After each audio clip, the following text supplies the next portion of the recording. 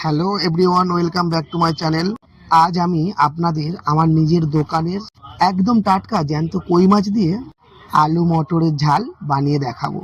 দেখুন, মাছগুলো আমি খুব ভালো করে ধুয়ে পরিষ্কার করে নিয়েছি। এবারে মাছগুলোতে পরিমাণ মতো নুন আর হলুদ মাখিয়ে নিয়েছি। রান্নার জন্য এখন আমি নিয়ে নিচ্ছি কোচানো আদা, রসুন, কাঁচা লঙ্কা, কড়াইশুঁটি এবং টমেটো, পেঁয়াজ কোচানো। দেখুন বন্ধুরা, নুন হলুদ মাখানো জ্যান্ত কই মাছগুলো গরম তেলে কেমন নাচানাচি করছে, তাই ভাজার সময় যে সুন্দর একটা গন্ধ বার হচ্ছে, তাই মন ভরে যাচ্ছে। তাই মাছগুলো আমি উল্টে পাল্টে লাল করে ভেজে নেব।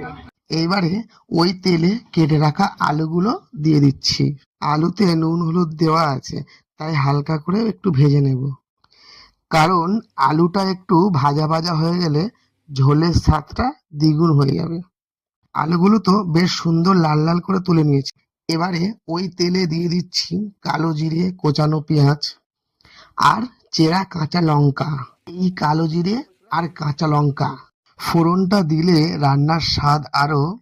পেঁয়াজ আর লঙ্কার ফোড়নটা তো খুব সুন্দর ভাজা হয়েছে।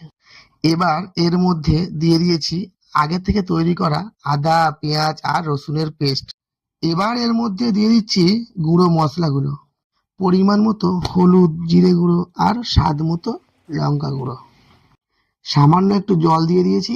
এবারে ভালো করে মশলাটা একটু কষিয়ে নেব। মশলাগুলো দিয়ে ভালো করে কষিয়ে নিয়েছি। এবার দিয়ে দিচ্ছি টাটকা মটরশুঁটি আর আগে থেকে ভেজে রাখা আলুগুলো। দেখুন বন্ধুরা, ঝোলটা এখন টকবক করে ফুটছে আর আমি আগে থেকে ভেজে রাখা মাছগুলো ঝোলের মধ্যে ছেড়ে দিয়েছি। মাছগুলো তো ফুটন্ত ঝোলের মধ্যে দিয়ে দিলাম। এবার আঁচটা একদম কমিয়ে দিয়ে 5 মিনিট দমে রাখবো। এই হালকা আঁচে মাছটা যখন ফুটবে না, তখন সব ঝোলের মশলা আর তেলটা না একদম ভেতর পর্যন্ত ঢুকে যাবে।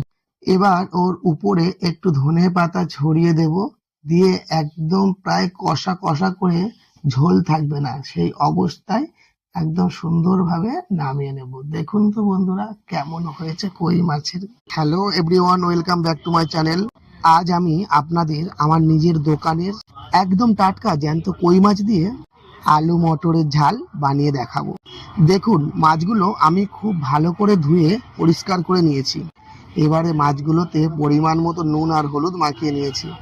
রান্নার জন্য এখন আমি নিয়ে নিচ্ছি কোচানো আদা, রসুন, কাঁচা লঙ্কা,